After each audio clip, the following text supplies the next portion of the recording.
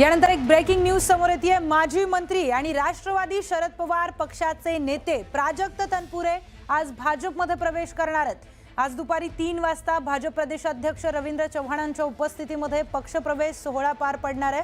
अहिल्यानगर विधान परिषदेची जागा प्राजक्त तनपुरेंना दिली जाणार आहे अशी माहिती समोर आली आहे।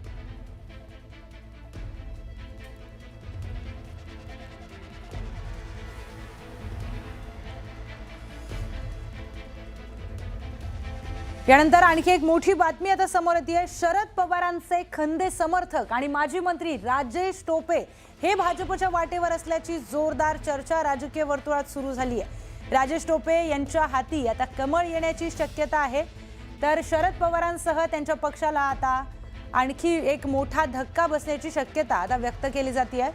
विधानसभा निवडणुकीतील पराभवानंतर राजेश टोपे राजकारणातच काय त्यांच्या पक्षातही फारसे सक्रिय दिसत नव्हते। अशातच जेव्हा पक्ष फुटला त्या वादातही त्यांनी जास्त रस दाखवला नाही। शरद पवारांच्या पक्षाच्या अनेक महत्त्वाच्या बैठकांना राजेश टोपे हे अनुपस्थित होते। अशातच आता प्राजक्त तनपुरेंचा भाजप प्रवेश निश्चित झाल्यावर टोपे यांच्या नावाची देखील जोरदार चर्चा रंगली आहे। उद्या तनपुरेंच्या पक्षप्रवेशावेळीच टोपेही भाजपमध्ये प्रवेश करणार असल्याची चर्चा सुरू झाली आहे।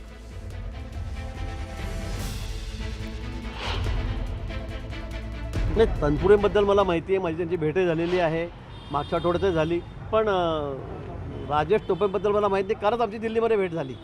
काल बैठकीला दिल्लीला ते होते साखर कारखान्याच्या, पण तसं काही ते मला बोलले नाही।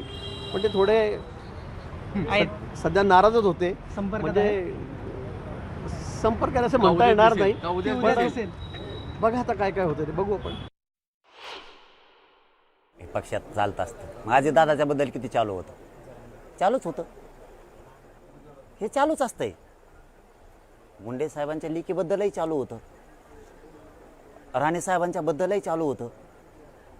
वाढून घ्यायचं आणि संपवायचं, नाव ठेवायचं आणि पुन्हा आपल्यात घ्यायचं, हे किती दाखवायचं।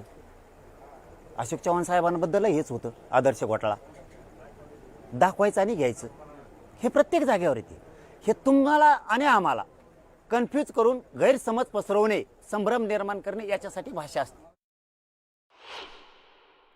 आज ज्यांनी आरोप केले, ज्यांना माहितीच्या अधिकाराखाली पट्ट्यावरती घेतलं, जेल भोगायला लावलं, तेच आज मांडीला मांडी लावून बसतात, त्यांच्या संगच बसतात का नाहीत मंत्रिमंडळात। बडे दादा चूक बोलतो का? उदाहरणार्थ भुजबळ साहेब, महान नेत्यांचं महान कर्तृत्व यांनी जेलात घातलं, संघ तेच घेऊन बसतात। आता असे किती आहेत?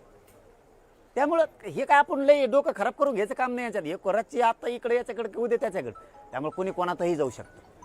त्यांना प्रश्न विचारल्याच्या नंतर तुम्ही यांच्यावर टीका केली होती, यांना तुमच्यात घेणार कधीच नव्हते असं म्हणले होते, मग त्यांचं उत्तर असतं राजकारणात कोणी कोणाचा शत्रू नाही आणि कोणी कोणाचा मित्र नाही, आमच्यात द्या कुठा कुठ्या लावून इकडं, असा आहे चाभऱ्यापणा।